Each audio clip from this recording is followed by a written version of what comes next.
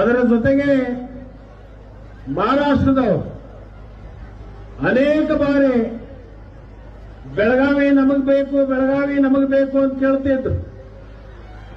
ಅವರಿಗೆ ಈಗಾಗಲೇ ಸೂಕ್ತವಾಗಿರ್ತಕ್ಕಂಥ ಉತ್ತರವನ್ನು ನಾವು ಕೊಟ್ಟಿದ್ದೀವಿ.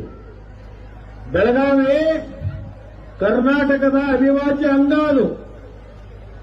ಅದನ್ನು ಕೇಳ್ತಕ್ಕಂಥ ಹಕ್ಕು ಇಲ್ಲ, ಅದನ್ನು ಬೇಡ್ತಕ್ಕಂಥ ನಿಮ್ಮದು ಧರ್ಮನೂ ಅಲ್ಲ.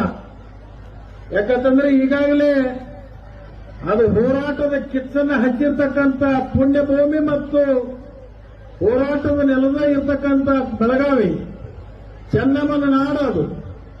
ಬ್ರಿಟಿಷರಿಗೆ ಹೆದರದೇ ಇರತಕ್ಕಂಥ ಬೆಳಗಾವಿ ಇನ್ನು ಮಹಾರಾಷ್ಟ್ರದವರಿಗೆ ಹೆದರುವಂತ ಪ್ರಶ್ನೆನೇ ಉದ್ಭವ ಆಗಲ್ಲ.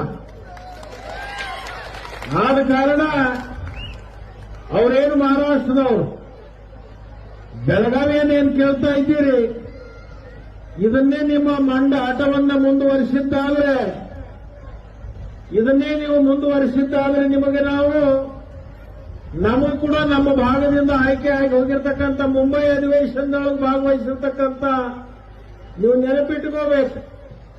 ನೀವೇನಾದ್ರೂ ಈ ಮಂಡತನವನ್ನು ಮುಂದುವರಿಸಿದ್ರೆ ಮುಂಬೈಯನ್ನ ಕರ್ನಾಟಕಕ್ಕೆ ಸೇರಿಸ್ರಿ ಅನ್ನುವಂತ ಒಂದು ಸಂದರ್ಭ ಬರಬಹುದು. ಅದಕ್ಕೆ ನಾನು ಆ ಭಾಗದಲ್ಲಿರ್ತಕ್ಕಂಥ ಏನು ಮಹಾರಾಷ್ಟ್ರ ಏಕೀಕರಣ ಸಮಿತಿ ಅವರಿಗೆ ನಾನು ಕಿವಿಮಾತನ್ನು ಹೇಳಲಿಕ್ಕೆ ಬಯಸ್ತೀನಿ.